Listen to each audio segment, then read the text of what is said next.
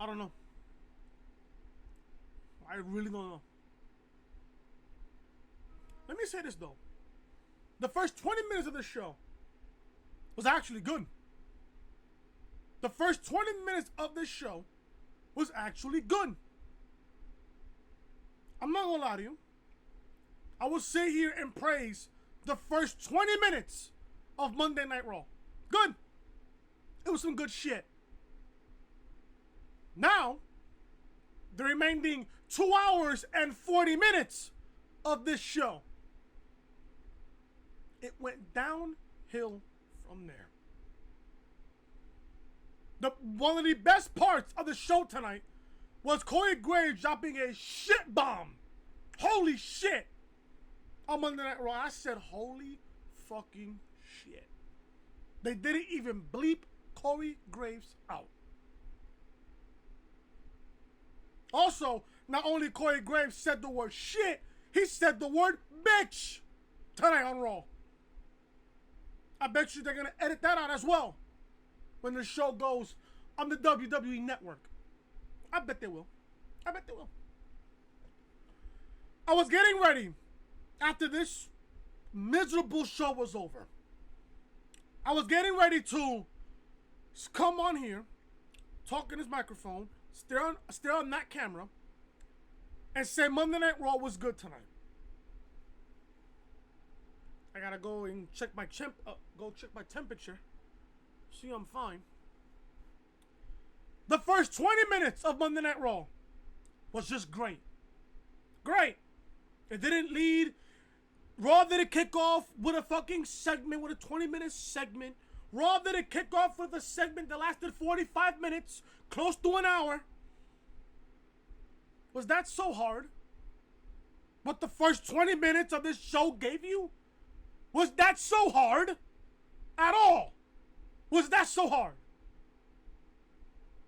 We knew coming into the show that Paul Heyman was the executive director of Monday Night Raw. We knew. The question is, were we going to see any type of change on this show tonight? The first 20 minutes gave us hope that Paul Heyman can change this show around. The last 2 hours and 40 minutes of this goddamn show failed. It went downhill after the Braun Strowman Bobby Lashley Falls Count Anywhere match. It went downhill from there. And if you guys did not watch Monday Night Raw, please do me a favor. Don't go back to the show. The only thing, though, I will say this, though. The only thing that is worth going back to watch was the first 20 minutes of Monday Night Raw tonight. The first 20 minutes. That's all you have to watch. There's people on social media right now, this very second right now, on social media, that's defending this show. I swear to God. And I said this on Twitter. If you're going to defend this show, you must be a fan. Let me take out my phone. Give me a second here. Let me pull up my phone.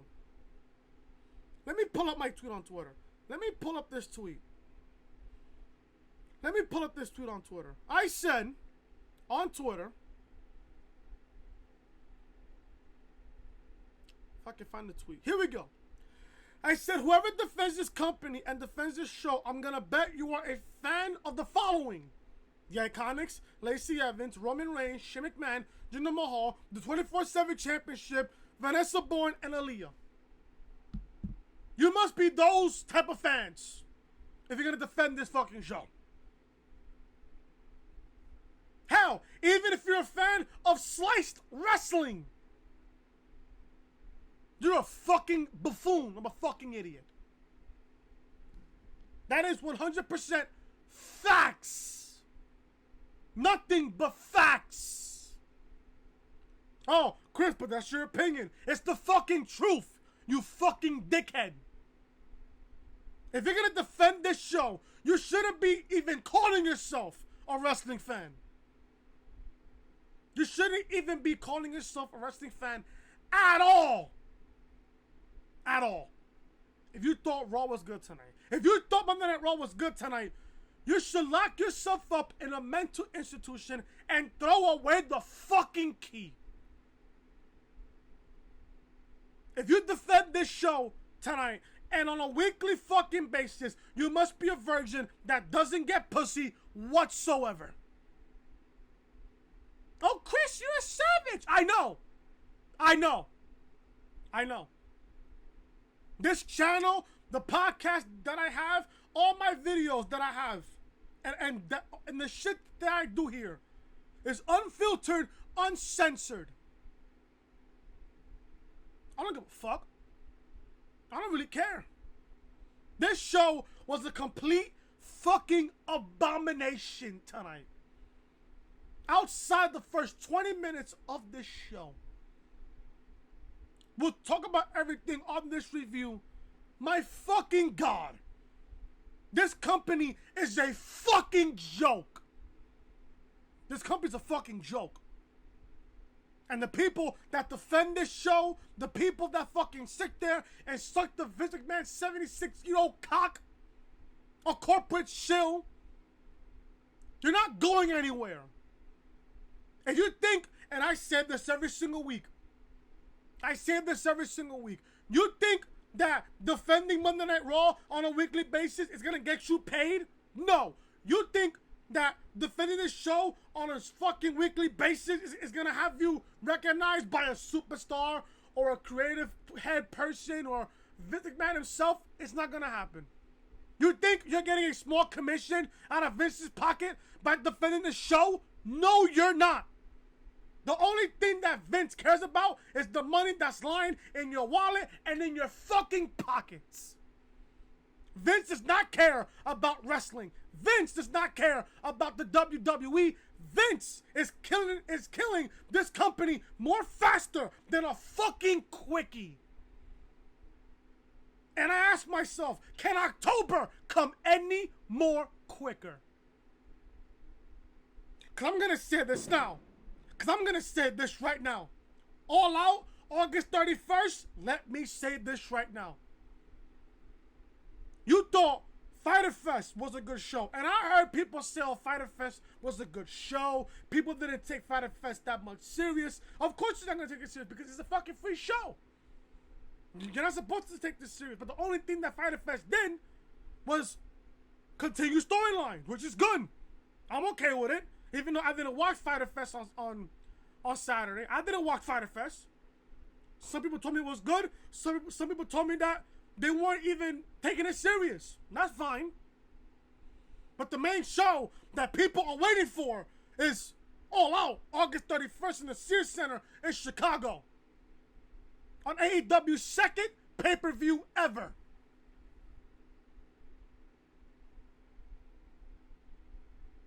All Out, listen, you think Double or Nothing was good? You thought that Double or Nothing had Vince's attention? Wait till All Out happens on August 31st. Then, you tell me, should Vince be shitting in his pants? Or should Vince shouldn't worry? If I'm Vince right now, after All Out is said and done, Vince is going to be shitting in his pants even more than he did at Double or Nothing. Yeah, people don't see this. People don't realize this. They really don't. People say that AEW is nothing but a fucking t-shirt company. A t-shirt company that blew every single thing that Vince and his company did out of the fucking water. And all it took was one man. And his name was Jon Moxley. People think that AEW is not competition. That sickens my stomach. That makes me sick. You think AEW is no competition? You say that now. Keep that same energy going. Like say that All Out's over. And we hear Cult of Personality pull up on the PA system in Chicago. And CM Punk walks out. You think Vince is going to shit in his pants? Oh, CM Punk comes out. Okay, fuck CM Punk. This is what Vince would actually say. Oh, CM Punk is in that fucking t-shirt company? Fuck him. Yeah, do you have any idea how bad CM Punk hates Vince? CM Punk shows up, if he does, and I pray to the heavens above that he does. If Punk shows up at All Out, Vince, you might as well hand over the company to Triple H. Because this is a fucking shithole, Vince, that you can't get yourself out of if CM Punk shows up. We are gonna go over everything here on this miserable piece of shit show tonight in Dallas, Texas, at the fucking American Airlines Center in Dallas. We're gonna go over everything. You don't want to miss it, folks. You don't want to miss this shit. You guys don't know who I am. I'm your boy Chris. Thank you guys so much for tuning back into the channel this Monday, July 1st, 2019. Thank you guys so much for tuning back into the channel. If you guys thought that Monday Night Raw was completely fucking terrible, hit that thumbs up. Leave a comment down below. What you guys thought of Monday Night Raw tonight. Raw was completely fucking garbage of a show tonight. Garbage. Yet there's people in the community that defend this garbage. I don't know what to tell you, folks. I really don't. And if you guys are new to the channel and you're watching this video for the very first time, or you're visiting this channel for the very first time, do me a simple favor. If you guys like what you see on the channel, hit that subscribe button down below. Ring those bells, guys, for all notifications. Check out last week's content on the channel. You got episode 35 and 36 of the Reality Podcast. You got NXT review and SmackDown review from this past week. All these videos will be in the annotation that you see on the upper right corner of your screen as well. This is the official home of the Reality Podcast, so make sure you are connected with me on social media. Twitter, Chris from Loring, and Snapchat, Chris Most Hated. And like I said, if you guys are enjoying the content, if you guys like what you see, hit that subscribe button down below. Ring those bells, guys, for all notifications. Let's begin Monday Night Raw review from the American Airlines Center in Dallas, Texas. We're going to begin Monday Night Raw review with the Falls Count Anywhere match. The best part of the entire show. Best part of the entire show. Braun Strowman versus Bobby Lashley. Again, I ask, what are these two men fighting for? I said this on Twitter with the Elias Miz 2 out of 3 Falls match. Was the Miz and Elias fighting for a free Slurpee at 7-Eleven? Were they fighting for free beer or free food at Yankee Stadium?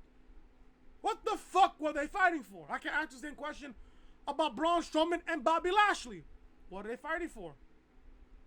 Are they fighting for Titus Catering's worldwide chocolate chip cookie recipe? Were they fighting for fucking Titus's world famous cheesecake? Were they fighting for fucking Braun Strowman's beard? I don't know. Are they fighting for to see who's the strongest out of the both of them? Who gives a fuck? Who gives a shit? Falls Count Anywhere, this match was a no contest. The show kicks off with the Falls Count Anywhere match. We're gonna go straight to the ending here because the ending was fucking ridiculously good, really crazy. Strowman slams Lashley into the steel barricade before throwing him onto the stage. Lashley fires back with right hands and a shot to the throat.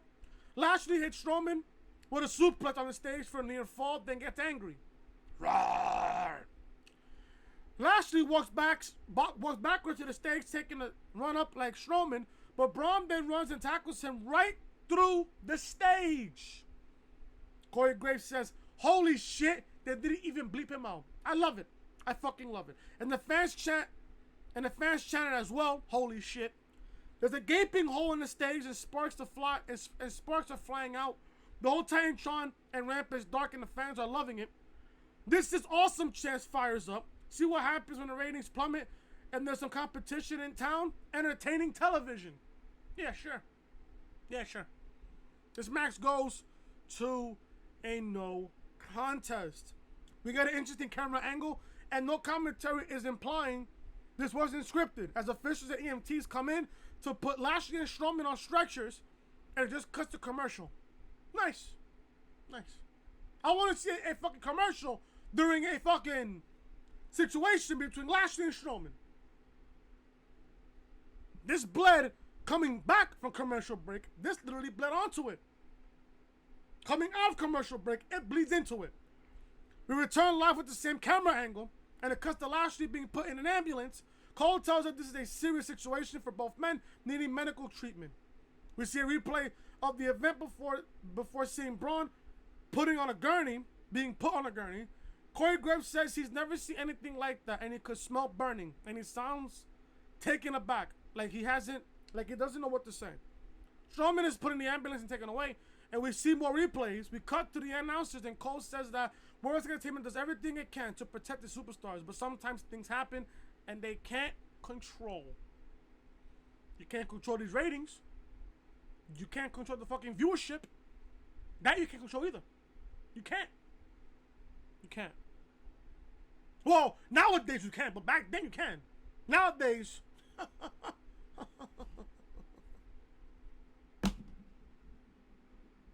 The first 20 minutes of this show was fucking amazing. I loved it.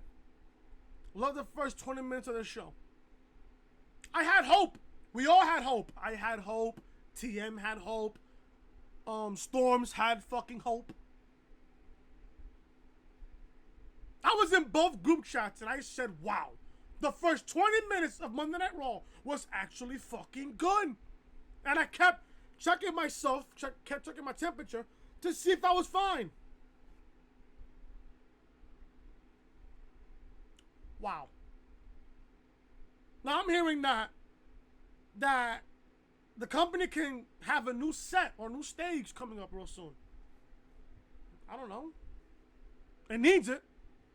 Because the stage has been completely outdated for the past one. Say the good word, like last 3-4 years, I guess. Or the last 3 years? Yeah. Around 3 years, around that range. But the show was good until the show completely went downhill from there. To a point where it was not going to go back up. We got the Viking Raiders. My God. Where have they been? Viking Raiders against the New Day. This is a random tag team. This was a random tag team match. New Day wins by DQ. Big E hits Eric with a belly suplex to create some distance. He looks to tag Xavier Woods.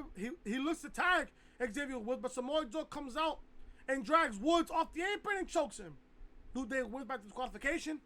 Kofi Kingston runs down to the ring and attacks Samoa Joe. The two of them brawl around ringside until Eric and Ivar help Joe fiend off Kofi. Eventually, referees come down and separate the 6 men, meaning the 6-man tag is likely taking place after the commercial break. And I was hoping we would not get a 6-man tag. Everybody on Twitter was hoping it would not have a 6-man tag. We come back for commercial break, and we got a 6-man tag.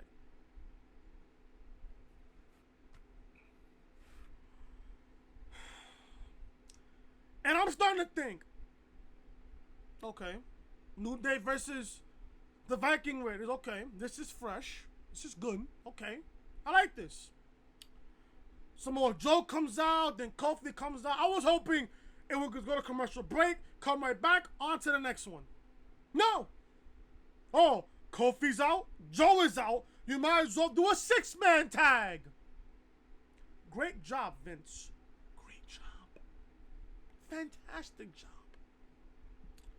So you got a 6-man tag. Viking Raiders and Samoa Joe against the New Day. All 3 members of the New Day. Can I ask this question? Again, I gotta ask. Why is your WWE champion losing to Samoa Joe on this 6-man tag on Monday Night Raw? Can I ask why? They have a match at Extreme Rules for the WWE Championship. Why is Joe fucking tapping out Kingston before Extreme Rules? Nice. Now, guess what? This becomes even more predictable. People think Joe is going to win the title? No.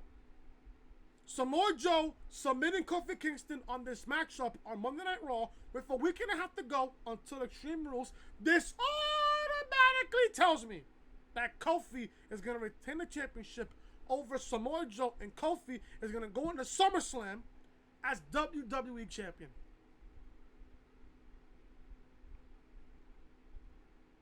If Kofi is defeating Joe at Extreme Rules, I hope and pray to God Kingston loses the championship at SummerSlam. At this point, I don't give a fuck who it is. I don't give a fuck who it is. As long as Kofi is no longer WWE champion, I don't give a shit. I don't give a shit. I said this before, and I'm going to say it again. What you did with Kofi at WrestleMania was a moment. Just a moment. That was it. Everybody was on this Kofi Kingston bandwagon. I seen this coming a long time ago. I seen this coming ever since the build to WrestleMania when Kofi got his title shot. If Kofi was going to win the championship, how many of you people are going to care now that Kofi is WWE champion?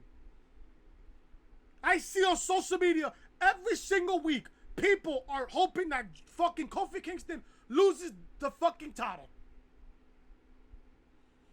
I even said it. How long is it until you're going to hop off the Kofi Kingston bandwagon? I hopped off after WrestleMania. I was on it when Kofi had a fucking gauntlet match here, a gauntlet match there. Now that he's champion, who gives a shit? Who gives a shit? The right guy that could have beaten Kofi for the fucking championship is Kevin Owens. KO, if anything, KO should have beaten Kofi at Money in the Bank for the WWE Championship. Now it's too late. It's too late. I asked this question. Kofi is obviously going to beat Samoa Joe at Extreme Rules. Who's going to be able to be next in line to take the championship? Shane? Drew? Who? I would love to know who.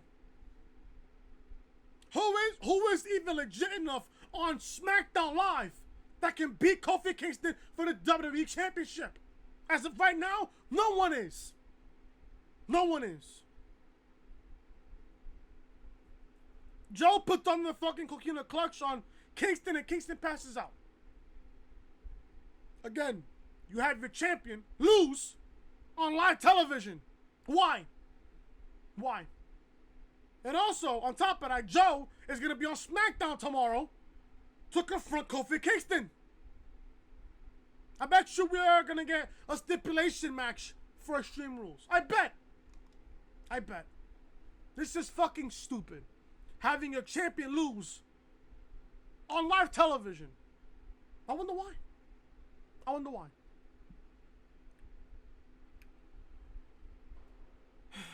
We see another replay of R-Truth taking the 24/7 championship from Jake Maverick during his wedding. I will not be playing the music today because I just don't care about it. We see Maverick with his blindfolded wife backstage. He's told that she's on her honeymoon and then takes off her blindfold and is furious that she is on Raw. She says he's obsessed and so is either her or the 24/7 championship. He said he of course chooses her. He loves her and they hug. R-Truth then walks up and says not to mind him before walking off. So we go to commercial break. We come back for commercial break. We see Anderson and Gallows sitting backstage. They have that segment with AJ Styles. AJ walks in and said they were on fire last week, but they lost. The Good Brothers act like it's no big deal. Gallows said AJ almost lost his first match back against Ricochet. AJ says he didn't want to injure himself and that he shouldn't be judging them. They said they have a bet going. But Carl Anderson says AJ can't beat Ricochet a second time. He's so sure that he's willing to put his hot Asian wife on the line. AJ said Ricochet is amazing, but he's going to beat him again.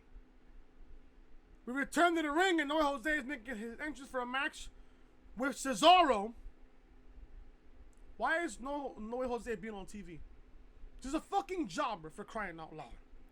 Jake Maverick and his wife are sitting at ringside. Truth is a part of the conga line, and it comes right over to them and dances with Maverick's wife. Truth then lies down On the barricade in front of them, and Maverick stands up, considering pinning him, but his wife stands up and stares him back down. A group of superstars then come running down to chase Truth to the back. Cesaro knocks Noe Jose out of the ring, then connects with a gut-wrench suplex and a neutralizer to the floor. Cesaro leaps up the ramp, meaning no match will take place, and no one minds. I don't care. I don't care. Oof, I apologize here. My nose is fucking bugging today. Charlie Caruso, Bay, is backstage and she introduces the Street Profits. Montez Ford and Angelo Dawkins. I don't know why they're NXT. No, I don't know why the NXT Tag Team Champions are on Monday Night Raw. Do you want to already suffer from your fucking future already? Do you really want to suffer a painful death already, Mr. Montez Ford and Mr. Angelo Dawkins? I don't know. They joke around with Ford pretending to be The Rock. They say they're on Raw and trying to bring the swag back. Ford, Mr. Montez Ford, sir. No swag can ever bring back Monday Night Raw. There's no swag allowed on Monday Night Raw, sir. As a matter of fact, there is even no such thing as swag on Monday Night Raw. Ford says that just because they're the NXT Tag Team Champions doesn't mean they don't want the smoke. They start singing and dancing that they want the smoke. Drew McIntyre and Shane McMahon are seen backstage. They'll be out to address the Undertaker situation coming up next. You can tell from a vibe that you guys are feeling from me. This show went completely downhill from there. Completely downhill. We return from break and we see the replays of the opening of the show. Blah, blah, blah. Strowman was tackled by Strowman. No. Lashley was tackled by Strowman to the stage and blah, blah. They even showed it in fucking slow-mo. My God, the impact. Jesus Christ. Renee Young says they're at a hospital being evaluated. We go backstage for an interview with The Miz. He says WWE superstars put their lives on the line every week, and you don't wish what happened to Braun and Lashley on anyone. We then see a replay of Miz being beaten down by Elias and Shane McMahon on last week's SmackDown Live. Miz says he doesn't feel good, but he needs to take care of Elias. He's going to make sure Elias goes back to playing music in the subway. Funny. As for Shane, well, he's heard the Undertaker is here. Okay, Miz, thank you for telling me that. Shane McMahon's music hits and out comes the best in the world, quote unquote. Followed by Drew McIntyre, the duo make their way to the ring. Shane asked Mike Rowe to introduce him properly as usual. Shane says he has been inundated with questions about the conditions of Braun Strowman and Bobby Lashley. He says he has other things to do that grace the fans with his presence. However, since they're out here, maybe they should address last week. They said last week was to be Roman Reigns' demise, but that Roman was terrified. He shows the footage of them beating Reigns throughout the match. Drew says the footage speaks for itself. Roman knows what's going to happen at Extreme Rules. Shane says that's true, but let's not focus on Reigns. Let's talk about the man Roman begged to come help him, the Undertaker. Shane says he will give it to Roman. He surprised him last week, but there will be no surprises at Extreme Rules because they will put the big dog and the Phenom in the ground. McIntyre said the Undertaker is the greatest superstar of all time. Drew, you're fucking right at that fucking standpoint. For decades, he has struck fear into the hearts of superstars with his choke slam and tombstone. However, he's no ordinary superstar. And the truth is, he doesn't care about the Undertaker. He says he came for a fight and tells the Undertaker to come out if he's even here. Then from there, we see a lightning flash and thunder, along with the lights going up and down, and a bolt of lightning that strikes the ring posts. Shane and Drew look ruffled. There come the bell tolls and the lights go out. The Undertaker makes his entrance while Shane and Drew leave the ring and go stand in the crowd. The Undertaker walks down to the ring. Dead man says Roman Reigns never asked for his help. That's not who he is. But if they needed to know why, he will explain who he is. The Undertaker says He is, and he's been the reaper of wayward souls for a long time. And he's here to collect their souls. He says Shane had his respect for a while, particularly after the Hell in a Cell at WrestleMania 32. But like most moral men, he fell victim to his greed and ego. He says Shane may be the best in the world, but where he's sending them to, there'll be just another couple of lost souls suffering in the accurate stench of death. And that will be for eternity because they will never rest in peace. I've said this multiple times on Twitter and right here on the channel. The Undertaker is the greatest of all time. I don't give a fuck what anybody says. 21-0 is better than 16 world titles. Nobody will even argue with me on that standpoint. Nobody will. There comes a time where this particular superstar has to go. This is the Undertaker's time to go. Now, me and you both know the reason why the Undertaker is at Extreme Rules. They don't want the same thing to happen at Stomping Ground with the attendance. The reason why Taker is at the Extreme Rules card is to sell out the Extreme Rules pay-per-view. That's it. They figured, oh, Taker and Roman in a tag team, what many people are seeing is a dream team when it's really fucking not, against the likes of Shane McMahon and Drew McIntyre. I've said this on the podcast, I said this on YouTube, I said it on Twitter.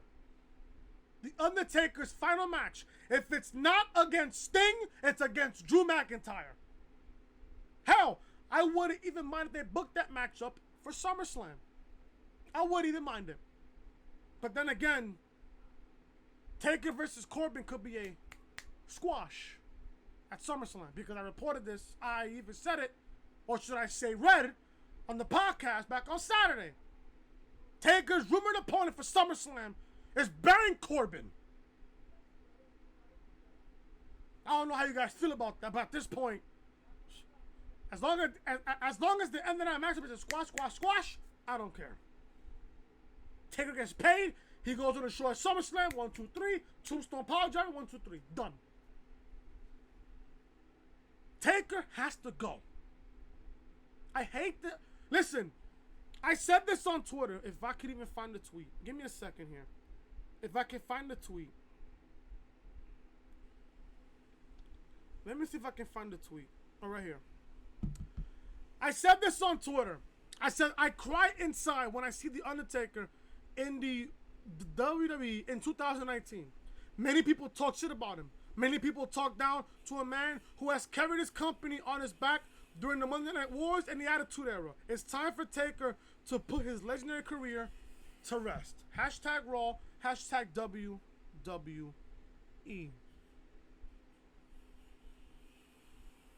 Taker has carried this company on his shoulders and on his back during the Monday Night Wars and during the Attitude Era. Taker has put this company on his back. I cry every single time. Inside, I cry every single time I see The Undertaker come out in 2019. Listen, I am one of the biggest Undertaker marks in this community. I am even saying this to you guys right now. It is time for him to retire. And I also said this on Twitter as well. And many people like this tweet. A lot of people like this tweet. I said I'm one of the biggest Undertaker marks in this community. The Undertaker is the greatest of all time. But this is the time for him to retire. Undertaker versus Drew McIntyre at WrestleMania should be his final match. Hashtag Raw, hashtag WWE. If you want to bring up Drew McIntyre back from the grave right now that he's in, he has to be the guy that's known that he retired The Undertaker. And I mean retire, I mean Taker's final match, you put him in the Hall of Fame, boom, you're done. Done. The only man that should literally retire The Undertaker is Drew McIntyre. It's Drew McIntyre. Now, yeah, Drew still looks like fucking Shane McMahon's pussy dog. But at the same time, Drew has that look of a world champion. He's got the body type of a world champion. He's got the fucking facial expression of a world champion. He's got the entire package of a world champion coming out of NXT. And he still has it. It's just that how he's being booked. It's just how he's being booked. I want Drew McIntyre to be the guy that literally retires The Undertaker at WrestleMania. That's it. That's it. Moving on with the show here. We see Lacey Evans doing her makeup backstage as Baron Corbin watches. He says if they're having an Extreme Rules match, that helps them. Corbin says Rollins can clearly take a ton of punishment, but he doesn't know if Seth can juggle the title and a relationship, and asks if she's worth it. Evans swirls around in her chair and says the man is also no joke because she beat Ronda Rousey at WrestleMania. Why are we still mentioning the fact that Becky beat Ronda at WrestleMania? We haven't seen Ronda since WrestleMania. Stop name dropping Ronda Rousey, please. It's done already. It's finished. It's finished already. But she sees how Seth Rollins looks at her, and he'll be watching her tonight as she beats Natalya and realizes he shouldn't have put his faith in the man. So there you go. We cut back to the arena and we see The Undertaker does his legendary pose as we go to commercial break. Coming back for commercial break, we see Lacey Evans versus Natalya. Lacey Evans has Baron Corbin in her corner. This was fucking quick. I'm not gonna go over everything here, but just know, Natalya hits the ropes. Corbin pulls her foot, causing her to fall. Evans then hits the woman's right to Natalya for the fucking finish, for the win. Who gives a shit?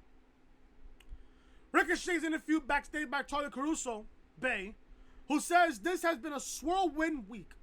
She says AJ has said that he might not be on his level. Ricochet says AJ can feel however he pleases, but facing him in the main event of Raw was a dream come true. Jessica, if you're watching this fucking review, good!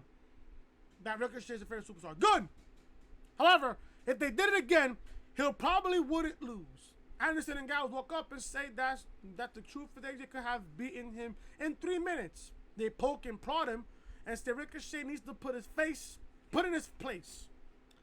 He says he doesn't want any trouble, but they say it won't be coming from them. Is this some high school bullshit from what I'm about to read right now? This is just fucking high school bullshit. This is high school bullshit. Return to see Gallows and Anderson with AJ Styles. They lie to him that Ricochet says he can beat Styles with ease. AJ says he needs to talk to Ricochet, and they say that's not good enough. They say AJ has lost his edge, that he needs to find his old self and go slap Ricochet. AJ walks off around the corner where he found Ricochet stretching, doing push-ups. He tells Ricochet not to talk trash about him, that he's taking the title tonight. Ricochet says he doesn't know why he's being so fired up, but he accepts. AJ then slaps him across the face. Then Ricochet responds in kind. AJ smiles and says this is going to be good. Don't tell me you're getting another Ricochet AJ Styles main event tonight. This time for the US title. At this point, you're overkilling it. You're overkilling it. Now, if you saw the ending of Monday Night Raw tonight, I doubt you guys even saw Raw tonight, but just know, the ending of Raw, all I'm going to say this is this, 3 years too late. 3 years too late. We go to the arena and Elias is introduced, but the Miz music hits right away. The Miz comes to the ring, but before the bell can ring, Miz attacks Elias. Miz knocks Elias from the ring and tosses him into the steel steps before getting him back in the ring. We got a 2 out of 3 falls match. between The Miz and Elias. Didn't we see this on SmackDown last week? Did we see this last week on SmackDown? Again, it's just copy and paste. Again, it's just copy and paste. I'm not gonna go over everything here. The Miz was the first fall, Elias was the second fall, and The Miz was the third fall by forcing Elias to tap out to the figure 4. I don't care. I really don't care. After the break, we'll hear from Becky Lynch and Seth Rollins, who are, if you haven't yet heard, boyfriend and girlfriend. This is some cringe fucking tabloid garbage on Monday Night Raw. That's not even needed or necessary at all. If you support this garbage, you need some serious mental issue help. You really do. You really do. Charlie Caruso, Bay again, then introduced Rollins and Lynch, the former of which is Lashley and Strowman, all the best. Caruso says their celebrations were cut short last week by Corbin and Evans. She asked if the decision was impulsive. Rollins jokingly says he isn't impulsive, but then asks Lynch if he is. Lynch proceeds to tut and sarcastically for far too long. This show's garbage. Show's garbage. Rollins says they know they can beat Corbin and Evans one-on-one, but there's always a chance they'll lose. Lynch says they had better not lose their titles. Rollins says they had better not lose this title. They share a very awkward and cringe-worthy minute of bantering between themselves and making awful jokes about her sleeping with the title. Okay. And Rollins says he's got lucky. But Lynch then making a grab for his crotch. So you're telling me that Becky Lynch is saying that she wants the dick on Monday Night Raw. Not very PG-ish, if I might say. Then out of nowhere, wow. Maria and Mike Kanellis, they walk up and say she isn't okay with them pretending they are the first couple of WWE.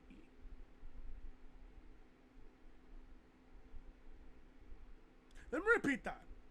Maria and Mike Kanellis, who were on 205 Live, by the way, and I heard a report last week that Mike Kanellis was walking out of WWE. I'm guessing he came back for the Titus Catering organic smoothies on Monday Night Raw in catering. I don't know. You tell me, folks. I don't know. Maria and Mike Kanellis then walk up and she says she isn't okay with them pretending they are the first couple of WWE. She also says that Lynch hasn't done anything to deserve the title, unlike her, because she pushed an 8-pound baby out of herself. Or, to be literally fucking descriptive here, out of her uterus. Maria then says Rollins doesn't impress her, but her husband does. So she says she'll bring her bitch if Seth brings his. Lynch says if they want a match, they'll slap their heads off right now and walks off. Rollins then says they done messed up and walks off. Rollins and Lynch as a couple will kill their individual selves. This is fucking terrible. Fucking cringe and terrible. Yet there's people that defend this shit on a fucking weekly basis. Moving on to the show. We're back in Seymour replays of the opening of the show. Renee Young then provides an unsubstantial update that Braun Strowman has a ruptured spleen. That is a fucking serious condition. I hope Strowman comes out better. Then we got Rollins and Becky going up against Mike and Maria Kanellis. Now, you gotta ask yourself, Rollins and Becky are champions. They can't lose to Mike and Maria Kanellis, right? They can't lose to them, right? Before that big matchup on Extreme Rules. Predictable.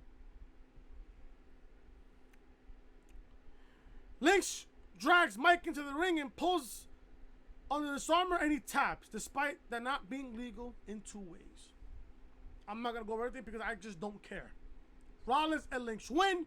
After the match, Maria gets in the ring and says she cannot believe Mike is the father of her children. She says she has waited for him to grow up and be a man, but the only man here tonight was Becky Lynch. She says maybe next time she'll ask Becky to impregnate her. So I'm guessing Maria's done with Mike? I don't know. The fact that Becky made Mike tap out makes Mike even look like a more bitch than ever. If you're a fan of Mike and Maria Kanellis, I feel sorry for you. I really do. We go backstage, we see Paul Heyman, who gets a big ovation.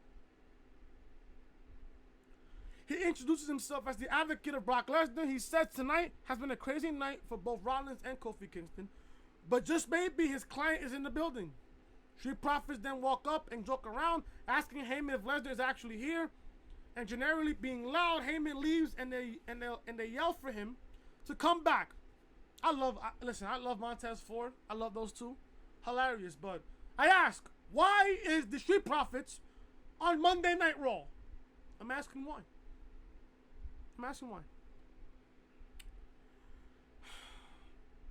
Alexa Bliss comes out for a moment of bliss piss.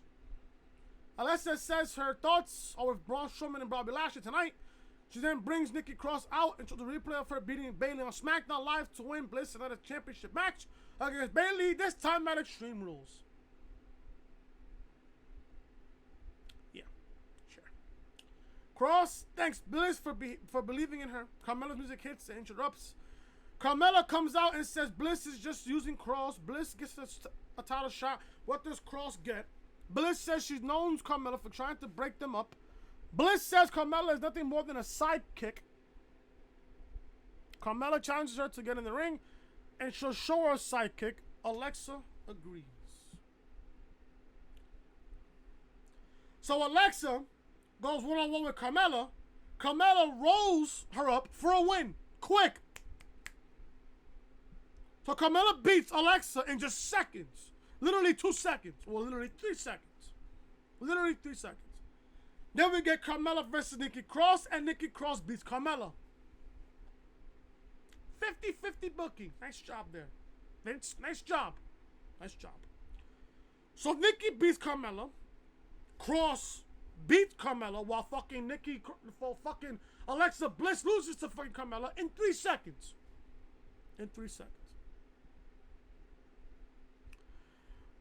We return from the break. We see Nikki and Alexa walking backstage. The interviewer approaches them and asks how they feel knowing that the WWE Universe wants Cross to face Bayley at Extreme Rules instead of Alexa Bliss.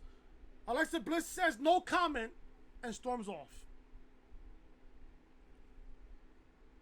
This is a pathetic fucking storyline between Alexa Bliss and Nikki Cross. Just pathetic. It is just fucking pathetic. If you're a fan of Alexa Bliss, you have a fucking problem. And Nikki Cross, I can call her Miss Softy. Now, what happened to that crazy bitch Nikki Cross from NXT? What happened to her?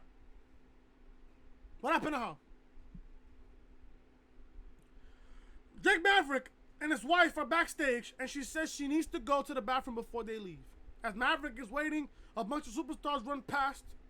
Truth then pops out and acts relieved, and Maverick tells him he isn't interested in chasing him anymore. Truth wishes him a good honeymoon, then walks off. Maverick grabs his suitcase and hits Truth with it in the head and pins him. Drake Maverick is a new 24/7 champion. His wife returns and he tells her that he knew her honeymoon was going to be good, but now they get to do it 24/7. I don't care. I've been saying this time and time again.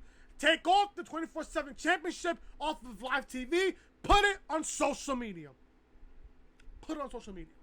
That's it. The 24/7 championship is not needed on live television. It's not needed. Remember that flight that they took to fucking Saudi Arabia? That video did really good numbers. I think it did around like 4 or 5 million views. It did really, really well on social media, especially on YouTube. It did really, really well. It did really, really well. Why is it even on fucking TV? Who cares? Put it on live, put it on YouTube. Just that simple. Put it on YouTube. Put it on YouTube. Finally, guys, main event. We got the U.S. title match between Ricochet and AJ Styles. At this point, they fucking overkilled this entire thing. They overkilled it to a point where I just don't care. I just don't care. Ricochet. Wait, hold on. Give me a second here. Okay. So, Ricochet springboard, but nobody's home. Styles goes to the apron and hits the phenomenal form, but pins Ricochet, whose foot was under the rope, and wins. I'm not going to say AJ's the winner and new champion because we all know this just means the match is going to be restarted, obviously. So we're back, and shocker, the match has been restarted, and the Good Brothers are now at ringside. Ricochet punches AJ into the corner and chops him. Ricochet tries to whip him, but Styles fires back with the right hand. Ricochet flips off of AJ's chest, lands on his feet, and hits an enziguri. Ricochet takes to the top rope and looks for a Phoenix Splash, but nobody's home, and he lands on his feet. Ricochet knocks AJ out of the ring, and AJ hits his head in the apron. Ricochet dives over the ropes, but Styles slides inside, and the champion lands on his feet. AJ hits Ricochet with a phenomenal form on the outside, but gets Ricochet back into the ring with a brainbuster and 2 count. Styles tries to hit a torture rack bomb. Well, he hit it for a near fall.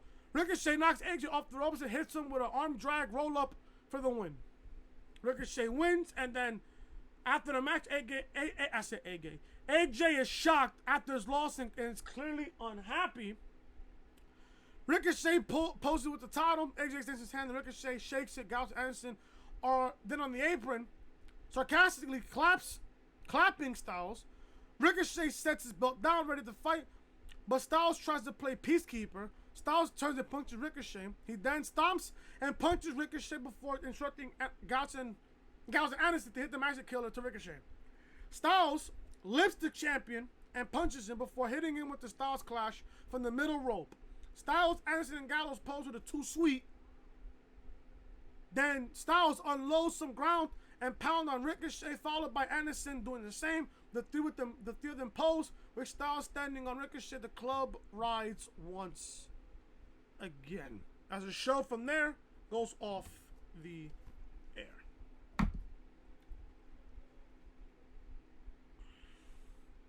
I'm thirsty. Give me a fucking second. I'm fucking thirsty.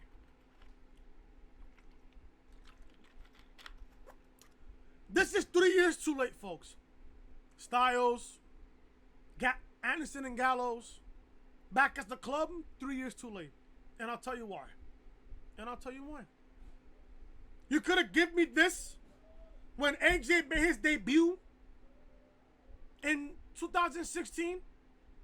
That could have put the Shield back together between Roman, Seth, and Dean. That would have been the most perfect thing there. In my opinion, if anything, JD predicted first that he wanted the club to come back to feud against the Shield. And that would have been fantastic. That would have been fantastic. That would have honestly been fantastic. But no, they instead they gave us, the club against Roman and his 2 cousins. It would have sounded off a whole lot better if it was the club against the Shield. It would have been 100 times better. But no. This company, of course, drops the fucking ball.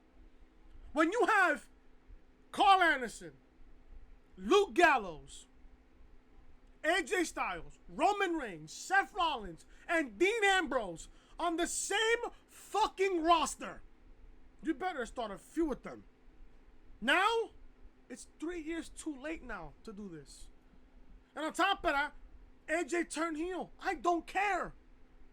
And I hate to say it because I love AJ Styles. I just don't care anymore.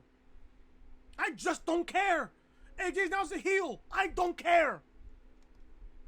Obviously, Ricochet needed a fucking heel to work with for Extreme Rules and possibly SummerSlam. You got AJ there. Now, you booked this match tonight between Ricochet and AJ Styles on Monday Night Raw tonight. Who's gonna care if this match happens at Extreme Rules on a pay-per-view? Who's gonna care? No one's gonna care. Why? We've seen this twice already. We've seen this twice. You had AJ beat Ricochet last week with Ricochet beating AJ this week. Who's gonna care now if they fight at Extreme Rules or at SummerSlam? Who's gonna care? Are you gonna care? No. Am I gonna care? No. Is anybody else gonna care? No. So what's the whole entire point now? Now, what happens next week? We don't know. We don't know. This show was completely fucking terrible tonight. And I was getting ready to come on here and say, yeah, this show has some improvement. But this show tonight clearly fucking sucked tonight. Sucked tonight. And if you people fucking support this fucking garbage, I don't know what to tell you. There's no helping you. There's no saving you at this point. There really isn't. And I'm getting the fuck up out of here. Because I am tired. I'm going to sleep. I have a long day tomorrow and then Wednesday. So, thank you guys so much for watching. If you guys enjoy Raw Review, hit that thumbs up. Leave a comment down below what you guys thought of the show tonight. And if you guys are new to the channel, hit that subscribe button down below. Ring those bells, guys, for all notifications. Like I said, guys, check out last week's content. Episode 36 and 35 of the Reality Podcast, live on the channel right now, as well as NXT and SmackDown review from this past week. Also, be sure to follow me on social media because this is the official home of the Reality Podcast. So why not follow me on social media? Twitter, Chris from Loading, and Snapchat, Chris Most Hated. And like I said, if you guys are enjoying the content, hit that subscribe button down below. Ring those bells, guys, for all notifications. And also, starting, I believe I'm gonna do this week. No, matter of fact, I'm gonna start doing this next week. I'm gonna do this next week. Next Thursday, you guys are gonna get a brand new series, here on the channel. Crash Team Racing Nitro Fueled gameplay on the channel. I have assembled a team. I'm going to start assembling a team of 4, and the team is going to be called the Evolution of Crash. So be on the lookout for that video for next Thursday. So there you go. Thank you guys so much for watching. Leave a like, comment, subscribe, and share the video all over social media. I'll see you guys tomorrow for SmackDown Live Review. Until then, I am Chris. Talk to you guys later.